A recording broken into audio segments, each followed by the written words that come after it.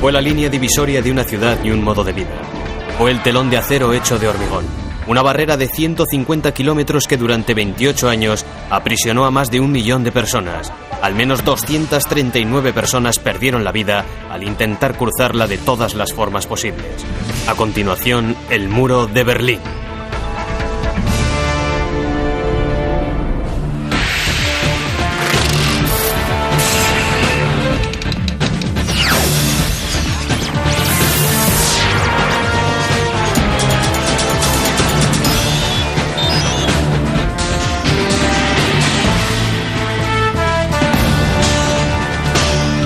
El muro de Berlín.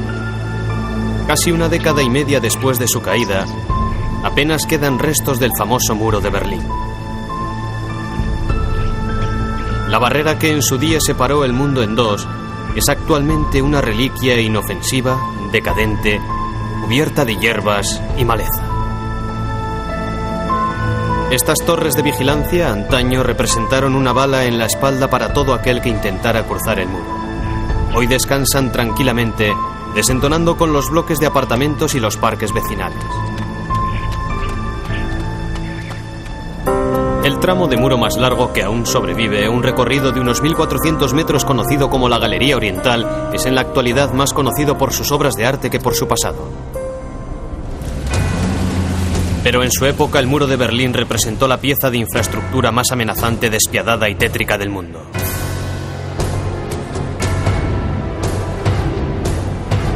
Esta fue la línea de la falla central de la Guerra Fría, la línea divisoria entre el comunismo y el capitalismo. Dos sistemas de nuestro tiempo, dominantes e irreconciliables entre sí. Eran unas placas tectónicas. Se desplazaban la una contra la otra. Friccionaban entre sí de un modo que resulta difícil de comprender. El problema no era trasladarse de un país al otro, sino caminar desde un extremo de la calle al otro. Pasabas de una ideología a la otra. Aquí termina el muro y empieza el capitalismo. Aquí comienza una sociedad mejor. Yo estaba convencido de ello. Ideologías aparte, el muro de Berlín era un alarde de diseño y una construcción monumental y extravagante. Una barrera doble de más de 150 kilómetros, con cientos de torres de vigilancia. Una franja cruelmente mortal cuyo objetivo no era otro que la división total de una de las principales capitales europeas. Era un país pobre que intentaba construir pirámides en medio de una ciudad. Lo hicieron sin grandes inversiones porque se vieron obligados a ello. No tenían alternativa. Y a pesar de todo, llevaron a cabo una labor increíblemente eficaz para dificultar la salida al exterior. Lo lograron con creces. Las raíces y la desesperada lógica del muro se remontan a los estertores de la Segunda Guerra Mundial y el deterioro de relaciones entre los antiguos aliados. Al finalizar la guerra, Alemania quedó dividida en 4 sectores, cada uno correspondiente a los Estados Unidos, Gran Bretaña, Francia y la Unión Soviética. La capital, Berlín, estaba situada a 170 kilómetros de la frontera, dentro de la zona soviética, y se dividía a su vez en 4 sectores, uno por cada aliado. Los soviéticos, que habían tomado Berlín tras varias semanas de encarnizados combates, ocuparon la zona más amplia, Berlín Oriental, que comprendía un 40% de la ciudad, en la que vivían 1.100.000 habitantes. Los Estados Unidos, Gran Bretaña y Francia controlaban Berlín Occidental y sus 2.200.000 habitantes. La Puerta de Brandenburgo, construida 2 siglos atrás, fue una de las escasas estructuras que sobrevivió a la guerra. Quedó en la línea divisoria entre el sector soviético y el aliado, entre Berlín Oriental y Occidental. El Berlín de la posguerra estaba en ruinas y los refugiados se precipitaron en masa hacia el lado occidental, donde se estaba llevando a cabo una rápida reconstrucción promovida por el Plan Marshall. En 1948, para atajar el flujo de refugiados, los soviéticos impusieron un bloqueo alrededor de Berlín Occidental con la intención de matar a los aliados de inanición y dejar a la ciudad completamente bajo control soviético. Pero los norteamericanos se saltaron radicalmente el bloqueo mediante un puente aéreo. Cada 2 minutos, las 24 horas del día, un avión aterrizaba con suministros. Así se cubrieron las necesidades de la ciudad durante 11 meses. Finalmente, los soviéticos levantaron el bloqueo el 12 de mayo de 1949. Para entonces los antiguos aliados ya eran enemigos irreconciliables. Sin embargo, pese a las diferencias políticas, la frontera entre Berlín Oriental y Occidental estaba sorprendentemente abierta y libre. La ciudad de 8 siglos de antigüedad compartía una infraestructura común. Todo, desde el correo hasta el metro, se gestionaba de forma unificada y unos 60.000 berlineses orientales trabajaban en el lado occidental. Aquel fue el verdadero problema. Berlín era una ciudad abierta y la gente podía ser controlada por la policía, pero en realidad no podían vigilar a los que cruzaban hacia el otro lado de la ciudad. A lo largo de la siguiente década, el problema de los refugiados se agravó. Alemania Oriental perdía del orden de 100.000 habitantes al año. Los periodistas habían conseguido acceder a través de Berlín y el primer ministro soviético, Nikita Khrushchev, exigía nuevamente a las tropas aliadas que abandonaran la zona occidental. El régimen descubrió en 1958 que se les marchaban más médicos al año de los que podían formar en ese mismo periodo, por lo que empezaron a dar marcha atrás. En 1961, cuando Alemania Oriental empezó literalmente a fluir hacia Occidente en busca de prosperidad, el gobierno sopesó todas las opciones y llegó a la conclusión de que la única solución era construir un muro para evitar el éxodo. Y a pesar de todo, lo que sucedió el 13 de agosto de 1971 pilló a todos por sorpresa.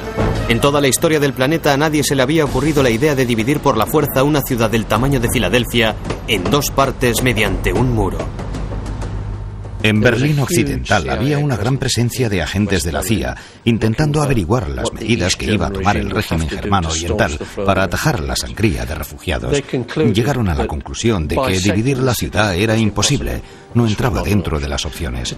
Sencillamente no se podía coger una antigua capital europea, unificada y sólidamente estructurada, que llevaba cientos de años allí, y separarla a lo largo de todas sus líneas divisorias. Bautizada con la clave de muralla china por los alemanes orientales, la operación fue diseñada bajo el máximo secretismo para erigir una barrera de 42 kilómetros entre Berlín Oriental y Occidental y otra barrera de 120 kilómetros entre Berlín Occidental y Alemania del Este. A los extranjeros se les permitiría cruzar la frontera a través de un puñado de puestos de control, pero a los alemanes del Este, sobre todo a los berlineses, no. La operación, concebida por el presidente de Alemania Oriental, Walter Ulbricht, y aprobada por Khrushchev, fue ejecutada a medianoche de la madrugada del domingo para pillar a la ciudad con la guardia bajada. En el transcurso de 24 horas se había desplegado alambre de espino entre postes de hormigón a lo largo de 9 kilómetros de Berlín Central. Se cerraron 67 de los 81 puestos de cruce entre el este y el oeste. Los movimientos en torno a los restantes puestos de control fueron estrictamente controlados. El 13 de agosto a las 7 de la mañana oí las noticias e inmediatamente le desperté a mi hermano. Entonces sacamos nuestras bicicletas y recorrimos las fronteras y comprobamos que estaban plantando postes de hormigón en el asfalto con la ayuda de martillos neumáticos. Estaban colocando vallas de alambre de espino. Había muchos militares con armas. Parecía una guerra. La primera fase de separación de la ciudad fue la más peligrosa. Miles de guardias fronterizos y policías orientales fueron puestos a patrullar con el apoyo de tanques del ejército de Alemania del Este. También fueron llamados 25.000 reservistas civiles a quienes la policía había convocado a las 2 de la madrugada.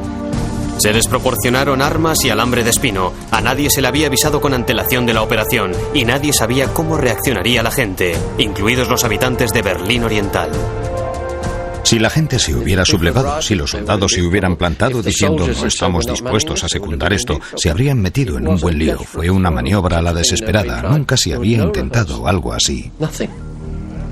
Cuando quedó claro que no se produciría ningún levantamiento, los oficiales soviéticos y alemanes contuvieron la respiración ante una duda aún mayor. ¿Cómo reaccionaría Occidente, especialmente los Estados Unidos? En Berlín Occidental había una gran indignación. Hubo manifestaciones masivas y disturbios, pero lo que más les preocupaba a Ulbricht y Khrushchev era la respuesta de Norteamérica. Las autoridades de Alemania del Este estaban aterradas ante la posible respuesta de Occidente. Se temía incluso la guerra, de modo que anduvieron con pies de plomo para no provocar las iras occidentales. Sus órdenes a los soldados fueron que en caso de disparar, debían hacerlo de modo que las balas no penetraran en Berlín Oeste. Solo se permitía disparar paralelo al muro o hacia el lado oriental. En Washington, el presidente Kennedy vigiló de cerca los acontecimientos, pero a medida que transcurrían los días, quedó patente que mientras los soviéticos dejaran en paz a Berlín Occidental, los norteamericanos no iban a tomar medidas militares. La construcción del muro fue políticamente aceptada por los aliados occidentales porque con esto se reducía e incluso se eliminaba el origen de posibles conflictos en el futuro.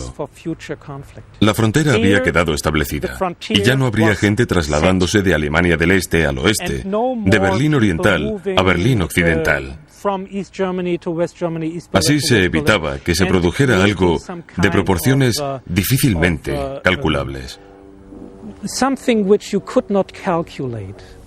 En cierto sentido, la construcción del muro solucionó la crisis de Berlín y todas las partes dieron un suspiro de alivio.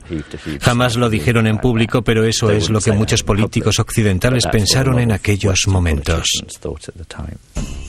Al cabo de 3 días, Khrushchev y Ulbricht llegaron a la conclusión de que los Estados Unidos no iban a tomar represalias. El 16 de agosto emitieron la orden de colocar barreras permanentes.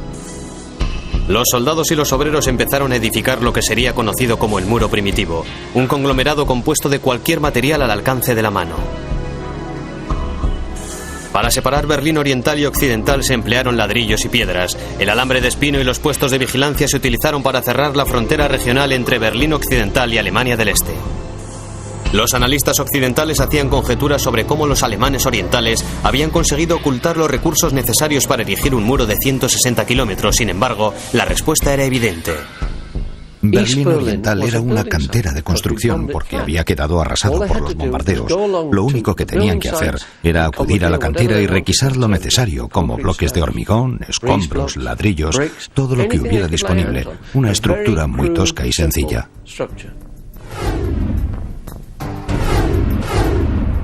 Tan tosca que fue colocada sin cimientos. El propio peso del muro bastaba para mantenerlo en su sitio. Era tan extenso que para su construcción hubo que aprovechar los materiales que previamente habían sido destinados para la edificación de 20.000 apartamentos.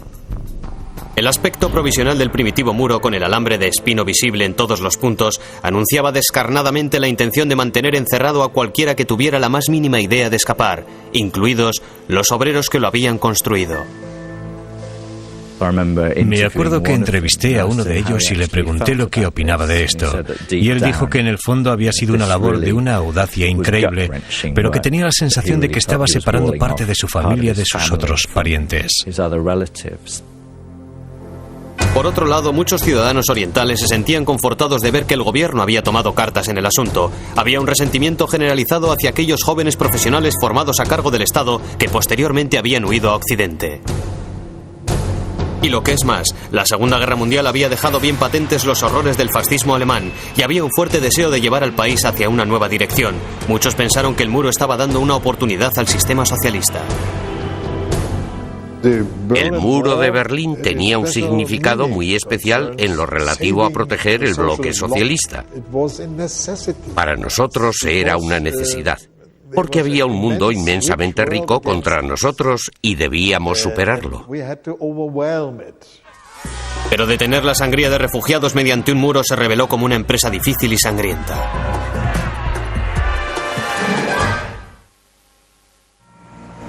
Históricamente, los muros monumentales han sido escasos. El muro de Adriano, que delimitaba los confines del Imperio Romano. La línea Maginot, un muro fortificado diseñado para mantener a los alemanes apartados de Francia tras la Primera Guerra Mundial. Y el muro atlántico, establecido por los alemanes durante la Segunda Guerra Mundial para bloquear cualquier invasión a través del Canal de la Mancha. Pero el muro de Berlín era diferente. Oficialmente se denominó una barrera protectora antifascista. Sin embargo, desde el comienzo fue evidente que su propósito no era el de mantener alejados a los enemigos, sino el de retener al 1.100.000 habitantes de Berlín. Su repercusión sobre la ciudad fue inmediata y profunda. Al seguir el trazado de la frontera de posguerra, el muro discurría ciegamente y de forma tortuosa por la ciudad, cortando calles, vías ferroviarias, puentes y todo lo que se interponía en su camino. 15 rutas de transporte público que unían la zona oriental con la occidental fueron abandonadas abruptamente, dejando tétricas estaciones fantasma en las que no paraba ningún tren. Innumerables familias quedaron rotas y separadas. Se produjeron casos muy trágicos en los que una pareja se casaba en el lado occidental y posteriormente acudía a una zona convenida del muro para que los parientes del sector oriental pudieran saludarles. Incluso eso llegó a estar prohibido. Construyeron el muro a tal altura que la gente ya no pudo ver por encima, cegaron las ventanas. Saludar a los habitantes del otro lado fue considerado un delito. Algunos de los episodios más desgarradores se produjeron en la calle Beanawea, donde una larga fila de edificios de apartamentos estaba situada en el límite exacto entre Berlín Oriental y Occidental. La gente que vivía en estas casas, cada vez que miraban por la ventana, su cabeza estaba en el lado occidental y sus pies en el lado oriental. En esta zona resultó muy sencillo escapar durante las primeras horas del muro.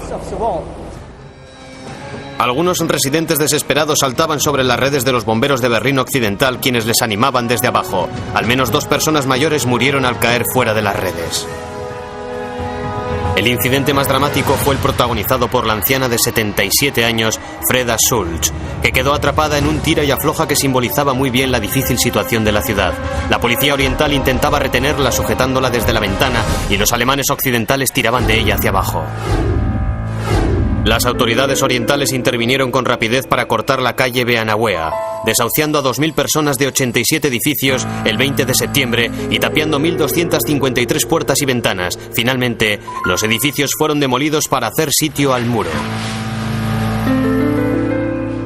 La calle Beanawea no fue el único punto débil de la barrera primitiva. Cientos de personas lograron escapar a través de los tramos de alambre poco vigilados que en las zonas menos pobladas de la ciudad y en la frontera regional entre Alemania del Este y Berlín Occidental fue empleado en lugar de los ladrillos. En las zonas de menor espesor hubo quien estrelló vehículos como este tanque casero. Esta parte de muro fue derribada por un camión en 1972. Entre los primeros fugados hubo muchos guardias fronterizos. En las primeras 6 semanas del muro, 85 guardias huyeron a Occidente. Un cámara captó la dramática imagen de un guardia arrojando su fusil y saltando hacia el otro lado de la valla. Rudi Turo fue guardia fronterizo desde 1955 hasta el 21 de febrero de 1972, cuando logró escapar junto con otros 3 civiles. Vestido con su uniforme de sargento, hizo formar filas a sus compañeros y les ordenó acudir a otro puesto de control. Entonces, condujo a los refugiados hacia el muro. La cosa fue bien, hasta que uno de ellos se enganchó en el alambre de espino.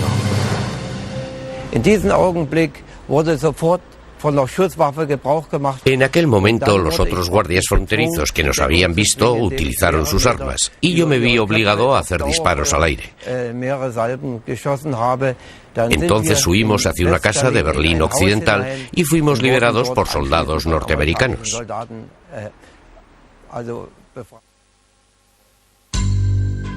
No todas las fugas tuvieron éxito. La primera persona muerta a tiros mientras cruzaba el muro fue un sastre de 24 años llamado Gunther Liftin. Liftin fue asesinado el 24 de agosto mientras intentaba nadar hacia Occidente, cruzando el canal de Humboldt. El día 26 llegué a casa temprano y la encontré a mi madre llorando. El apartamento había sido arrasado. Nadie me dijo que mi hermano había sido asesinado. Por la noche nos enteramos viendo el programa del canal de televisión de Berlín SFB. Fui al instituto forense en busca de mi hermano para poder identificarlo. Rompí la tapa del féretro y comprobé que mi hermano parecía completamente ileso. Tan solo tenía una venda en la punta de su barbilla, por donde había salido la bala.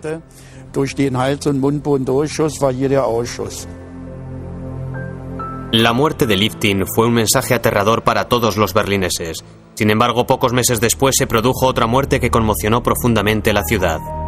Peter Fechter, de 18 años, recibió un tiro en la espalda cuando intentaba trepar por el muro que había justo delante del Checkpoint Charlie. Estuvo más de 1 hora gritando pidiendo auxilio, pero fue abandonado a su suerte. Tanto las tropas norteamericanas como los guardias orientales tenían miedo de ser tiroteados desde el otro lado si intentaban prestar ayuda. Yacía al pie del muro gritando «Ayúdenme, ayúdenme», y nadie le pudo ayudar. Tenían que solicitar 3 soldados, y hasta que los 3 soldados consiguieron retirarlo y llevárselo como si fuera un pelele, transcurrió demasiado tiempo. Esto fue al menos una advertencia psicológica para todos aquellos que tenían pensado cruzar el muro. Demasiado arriesgado.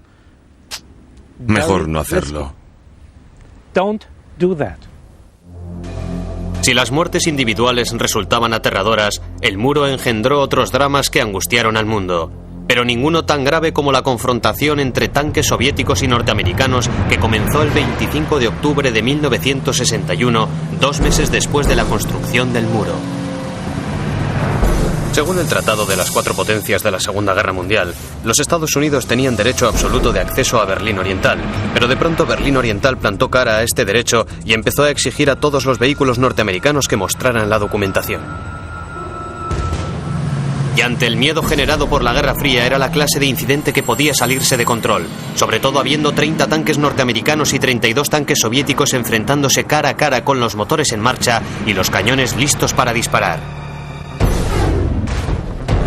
El mundo estaba pasando miedo. Era como la crisis de los misiles de Cuba, pero a escasos metros de distancia. Era el peor lugar donde perder los nervios. Si un soldado en un edificio con un arma en la mano perdía los papeles, entonces un tanque disparaba. Y entre nos disparan y vamos a dispararles a ellos, la situación se podía descontrolar. La crisis finalizó 3 días más tarde cuando Khrushchev ordenó la lenta retirada de los tanques y los alemanes orientales volvieron a permitir el paso libre de los soldados estadounidenses por su territorio. Pese a semejantes confrontaciones, el muro siguió evolucionando. En 1963, los alemanes orientales siguieron trabajando en una estructura de segunda generación hecha de bloques de hormigón apilados que resistían mejor el impacto de coches y camiones y empezaron a arreglar metódicamente todos los puntos débiles de la barrera. Repasaron concienzudamente todo el muro. Los dirigentes Honecker y los generales literalmente peinaron todo el muro. Recorrieron paso a paso toda la trayectoria, comprobaron el alcantarillado y todas las corrientes de agua. Colocaron rejas bajo el agua para evitar que la gente atravesara el río a nado. En las alcantarillas subterráneas pusieron barreras, y así hacia el año 1963 el único modo de pasar al otro lado fue construyendo túneles. Y con el paso del tiempo se hicieron más y más sofisticados. Disponían de equipos de escucha subterráneos con los que podían oír lo que sucedía en los túneles. Llegaron a construir vías subterráneas con las que taponaron los demás túneles. Hacia mediados de 1963, Berlín Oriental y Berlín Occidental estaban separados por un sólido muro de unos 7.800 metros cúbicos de hormigón. La frontera regional más larga entre Berlín Occidental y Alemania del Este estaba controlada mediante un vallado de alambre de espino que se extendía entre 116 garitos de vigilancia. En junio de 1963 se añadió al muro una instalación fronteriza de 90 metros. Todo aquel que intentara cruzar esta zona sin autorización expresa era detenido. Pese a no tener ninguna intención de empezar una guerra a cuenta del muro, el presidente Kennedy alentó las esperanzas de Berlín Occidental cuando visitó la ciudad el 26 de junio de 1963. 1,5 millones de berlineses, casi el 70% de la población, asistió a su discurso. All free men, wherever they may live, are citizens of Berlin. And therefore, as a free man, I take pride in the words Ich bin ein Berliner. Creo que a muchos berlineses occidentales les conmovió el hecho de que Kennedy estuviera dispuesto a venir y mostrarles su solidaridad. Y fue, por así decirlo, una declaración política. Estaba diciendo, estoy preparado para defender la democracia en Occidente. Pero la visita de Kennedy también dejó bien claro que el muro era una realidad que no estaba dispuesta a desaparecer. Es más, en términos puramente físicos, el muro de Berlín apenas estaba empezando a tomar forma.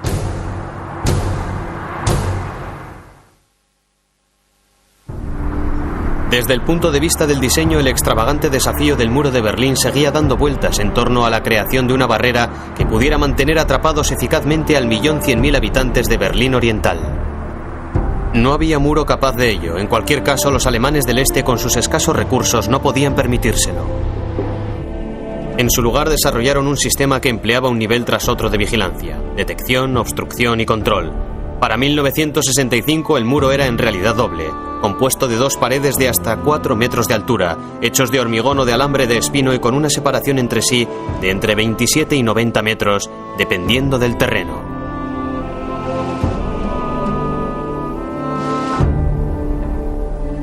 El espacio intermedio era una franja mortal, donde la mayoría de los aspirantes a prófugos eran detenidos o asesinados. Aquí cada paso era realmente infernal. Quien lograra trepar por el muro interior tenía que atravesar una valla de alambre de tela metálica de 2 metros rematada con alambre de espino y reforzada con alarmas. Más allá, el suelo estaba sembrado de minas y trampas que mediante cables activaban mecanismos de disparo empleados en las zonas regionales. Aquellos que intentaran escapar en un vehículo tenían que cruzar raíles y zanjas antitanque que obstaculizaban el paso. Torres de vigilancia estratégicamente colocadas, focos de luz de gran potencia, búnkeres de hormigón y patrullas armadas eran otros elementos de este macabro confinamiento urbano. Tanto el muro interior como el exterior estaban pintados de un blanco brillante para facilitar la detección de fugitivos. A lo largo de todo el año, el terreno entre los muros era regado con sustancias químicas. Había un espacio de entre 50 y 100 metros que se mantenía desprovisto de vegetación. Berlín está edificado sobre arena. El suelo era muy arenoso y se alisaba todos los días para comprobar las huellas que quedaban marcadas. Los perros también contribuyeron a la protección. Los perros eran atados a postes con cuerdas muy largas, de forma que tenían mucho espacio para husmear. Las correas estaban calculadas de manera que los perros podían acercarse hasta casi tocar el hocico, pero sin poder atacarse mutuamente. Estaban tan cercanos que nadie podía esquivarlos. Mientras tanto, el muro seguía evolucionando. En 1968 se derribó la antigua barrera provisional y fue sustituida con un muro de tercera generación, una, por así decirlo, frontera moderna, construida con segmentos prefabricados anclados mediante clavijas de acero. Los guardias, por supuesto, eran la pieza clave del sistema. 8.000 guardias fronterizos fueron cuidadosamente seleccionados según su fiabilidad ideológica. Los berlineses fueron excluidos pues se pensaba que podían tener más reparos en disparar contra otros berlineses. También se prescindió de aquellos que tuvieran parientes en el lado occidental. Vigilar la frontera era un aburrimiento y un desgaste de nervios. Los turnos eran largos, las condiciones penosas y las órdenes molestas. En las unidades en las que serví yo, el estado de ánimo estaba por los suelos. Muchos soldados tenían que hacer turnos de 12 horas y la disciplina era un desastre. Se abusaba del alcohol, porque muchos camaradas no estaban de acuerdo con el uso de las armas. En otras palabras, con las órdenes de abrir fuego. En general estaban armados con Kalashnikov y rifles semiautomáticos. Y poco después de la construcción del muro, se produjo la llamada Orden de Disparar a Matar. En el ordenamiento interno, supervisado personalmente por Honecker, quedaba bien claro que los guardias fronterizos debían disparar como último recurso, pero llegado el caso debían disparar y no errar el tiro. Es más, el propio presidente germano oriental, Walter Ulbricht, ofreció esta bandera a los guardias que mataron a Peter Fechter, otorgándoles el reconocimiento a la mejor unidad de servicio de 1962. Walter Ulbricht acudió a los guardias fronterizos para decirles gracias. Gracias por otro muerto más junto al muro. Encargó una bandera especial en la que figuraba su retrato. Con Walter Ulbricht, la victoria siempre. Si se contempla desde el punto de vista germano-oriental, había que dar ánimos a estas personas. De lo contrario, serían los primeros en huir. Ya lo habían hecho unos cuantos. Para reducir el riesgo de fugas, los guardias siempre iban emparejados. Eran unos desconocidos entre sí que se controlaban mutuamente. Solo una quinta parte de los guardias pertenecían a la Stasi, la famosa policía secreta de Alemania Oriental. Entre compañeros había muchos recelos y tenían conversaciones extrañas, sin sentimientos. Ninguno sabía si el otro era del servicio secreto o si sería capaz de delatarlo ante los superiores.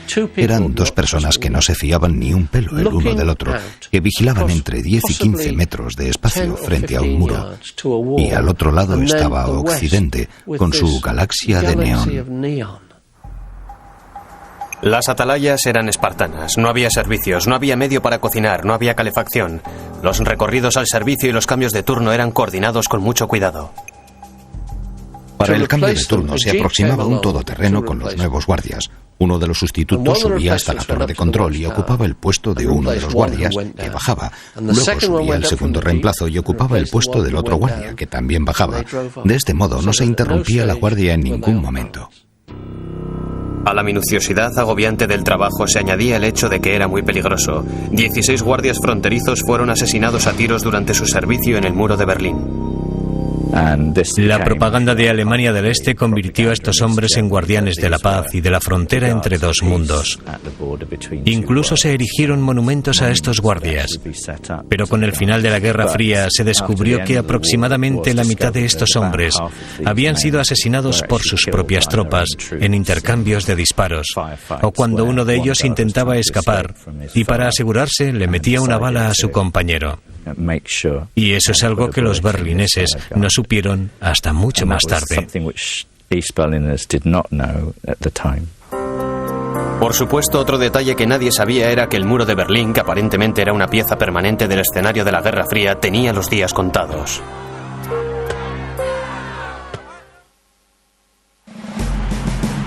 Hacia la década de los 70, Alemania del Este se había convertido en una de las economías más florecientes de la Europa Oriental.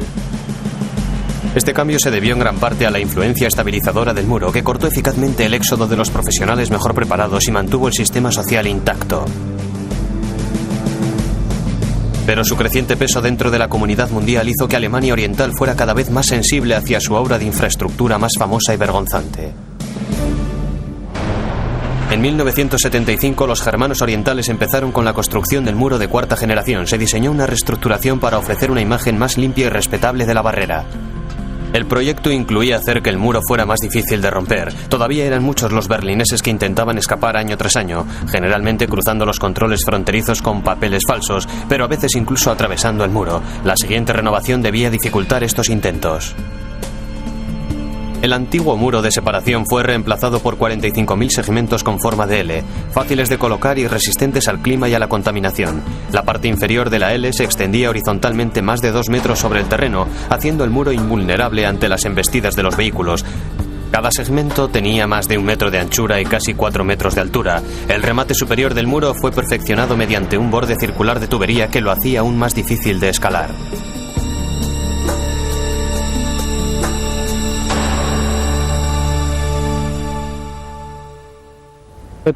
Era muy difícil de pasar por encima, e incluso hubo quien lo intentó desde el lado occidental para provocar, pero se cayó, porque era muy difícil sujetarse al muro. En este sentido fue perfeccionado. Y luego estaba el material del muro. Si se miran los restos del muro en la actualidad, se aprecia que era de varillas de acero y hormigón. Era muy sólido. Creo que incluso podía resistir el impacto de un tanque ligero.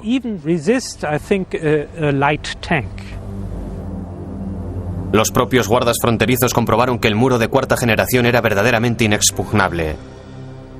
En los barracones de entrenamiento al sudeste de Berlín construyeron réplicas del muro y al principio intentaron doblegarlo.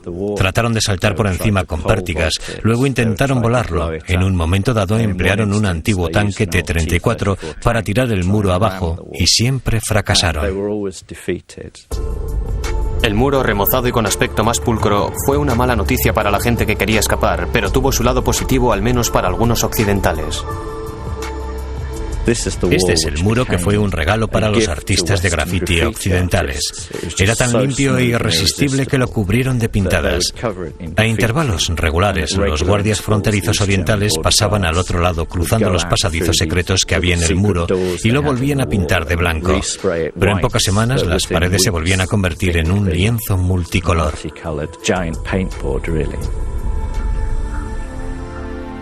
El cambio de imagen se prolongó hasta bien entrados los 80. Gradualmente se fueron eliminando los componentes más perturbadores del sistema del muro, como las barreras antitanque, elaboradas con raíles de ferrocarril verticales y los mecanismos de disparo automático. Pero Alemania del Este no tenía intención de eliminar el muro. De hecho, en 1986 el gobierno celebró por todo lo alto el 25 aniversario de esta barrera protectora antifascista.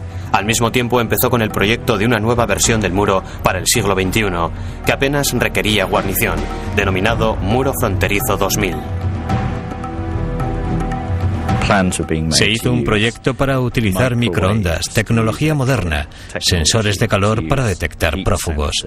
Creo que esto le habría costado al Estado una suma desorbitada, pero a juzgar por la experiencia del pasado, los germano-orientales habrían invertido ese dinero.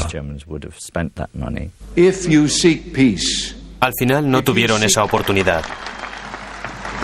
Mr. Gorbachev, tear down this wall. Para cuando el presidente Reagan hizo este llamamiento en Berlín en 1987, ya se habían puesto en marcha los acontecimientos que acabarían derribando el muro y la división del mundo que representaba. Cuando el presidente soviético Mikhail Gorbachev anunció la nueva política de la perestroika o reforma, dejó bien claro que la Unión Soviética no intervendría militarmente en los asuntos del bloque oriental. Se produjeron grandes manifestaciones en toda la Alemania del Este y sobre todo en Berlín Oriental, exigiendo cambios radicales entre los que se incluían el derecho a viajar y desplazarse libremente. A medida que las manifestaciones se volvieron más multitudinarias y desafiantes, el decrépito Politburó germano-oriental empezó a plantearse por fin el desmantelamiento del muro. Fue el comienzo de un planteamiento realista acerca de lo que estaba sucediendo alrededor. Pero también era demasiado tarde para cambiar ciertos matices de la política comunista con el objeto de recuperar la confianza del pueblo. El 8 de noviembre de 1989, Günter Schabowski hizo un anuncio sorprendente. Todas las restricciones entre Berlín Oriental y Occidental quedaban eliminadas. El muro había caído. Irónicamente, para un sistema en el que todo estaba controlado, esta decisión fue anunciada sin siquiera informar a los guardias fronterizos, que inmediatamente se vieron desbordados por la gente que intentaba cruzar hacia Occidente. Fue un malentendido muy peligroso. Los soldados no sabían nada y se preguntaban, ¿qué vamos a hacer? Algunos decían, ya basta, retrocedan. Y estuvieron a punto de disparar. Fue un milagro que eso no sucediera. Afortunadamente, en medio del caos, aquel 9 de noviembre no hubo que añadir más nombres a la lista de fallecidos y asesinados en su intento de cruzar el muro de Berlín. Tras casi 3 décadas, cientos de muertes, miles de prófugos y algún que otro susto nuclear, el muro de Berlín había caído por fin.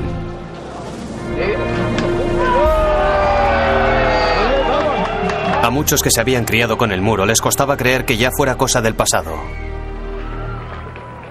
Un modo de asegurarse consistió en agredir físicamente al muro, algo que miles de berlineses hicieron de buen grado. No se trataba de llevarse algo a casa, algo que se convirtiera en objeto histórico al cabo de un par de años. Creo que también era una especie de frustración acumulada, un odio anidado que hizo que muchos berlineses occidentales pusieran algo de su parte para derribar el muro. La demolición oficial de los 160 kilómetros de doble muro empezó el 13 de junio de 1990. Fue una iniciativa de gran envergadura. 45.000 segmentos de 2,7 toneladas, 127 kilómetros y medio de vallado eléctrico y 302 torres de vigilancia.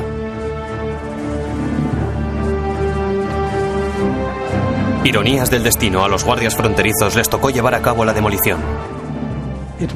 Fue construido para no ser destruido, pero ahora había que destruirlo. Esa fue la última tarea de los guardias de vigilancia. Tuvieron que hacerse cargo de los restos del muro. Una vez finalizada esta labor, ya no les quedaba nada más por hacer. La mayor parte del muro fue triturado y reciclado para construir aceras. Unos 250 segmentos con las pintadas más hermosas fueron retiradas cuidadosamente por el gobierno alemán y subastadas en Montecarlo, generando unas ganancias de más de 1 millón de euros.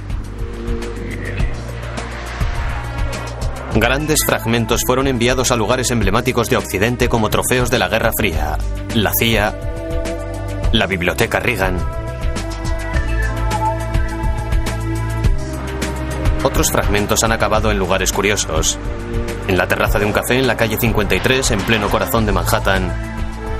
Y en un urinario en el Hotel Casino Main Street Station de Las Vegas.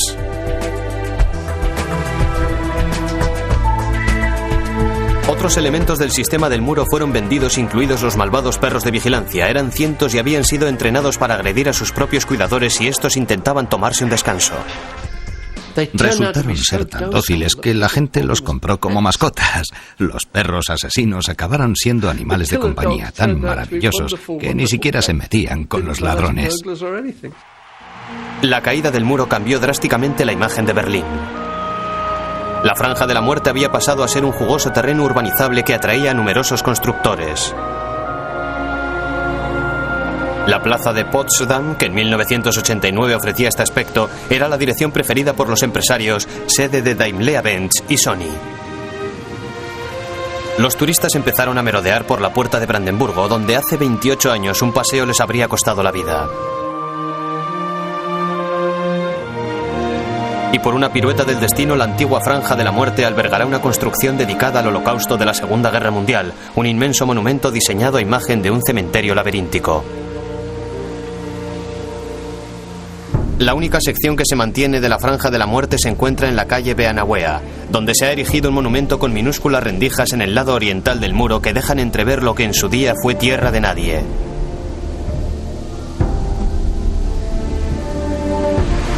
El muro en sí ha desaparecido casi por completo, excepto en la galería oriental y unos escasos restos que se han conservado o que nadie se ha molestado en derribar.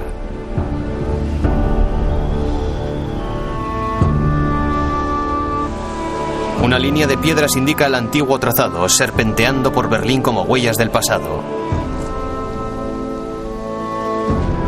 Sin embargo, el pasado se hace el remolón cuando se trata de pedir responsabilidades y confesiones de culpabilidad por las matanzas producidas junto al muro. ¿Quién es el responsable? ¿Fueron las personas que apretaron el gatillo? ¿Los guardianes funcionarios del muro o sus cabecillas políticos? Cuando todo terminó, algunos líderes políticos tuvieron que cumplir condenas de cárcel. En el caso de los que apretaron el gatillo, era algo ante lo que las autoridades no podían cerrar los ojos. Se llevaron a cabo los juicios, pero en general los cargos fueron por homicidio, no por asesinato. Y en casi todos los casos las condenas no llegaron a cumplirse.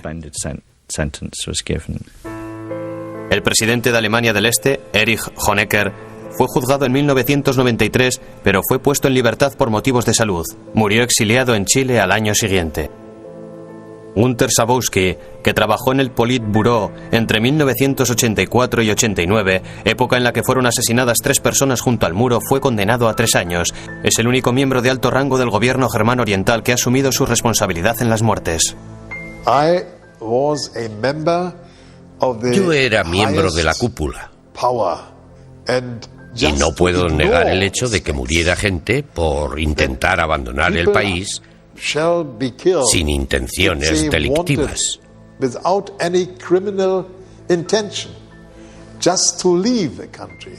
Yo también soy responsable de esto. La finalidad del muro es el control. Si controlas todo, solucionas todos tus problemas. Esta idea conduce a la muerte. Se llevó todos nuestros recursos. En cierta forma, la construcción de este muro se cobró su peaje. Y debemos aprender la lección de un país que llevó esto hasta sus últimas consecuencias. No funciona. No funciona para nada.